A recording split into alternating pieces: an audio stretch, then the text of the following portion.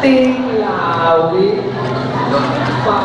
Pagkasatap mo ang tahanang pungat sa daling iwan mo. Yung munting bagwis, ikampay ng ganito. Sumapay ka sa'kin na ika'y mag-umar kong ina. Ang apoy nagsasaot sa unang paglipad ay baka mahulog.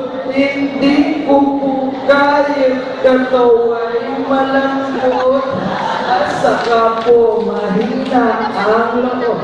Sa unang paglipad, kung kaya na mga maliliit at mahina maya, ay tiyak na kaya mo pagkat malakas ka.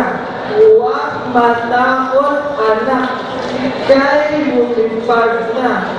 At si munting kawit ay lumipad, ikinambay-kambay ang paa.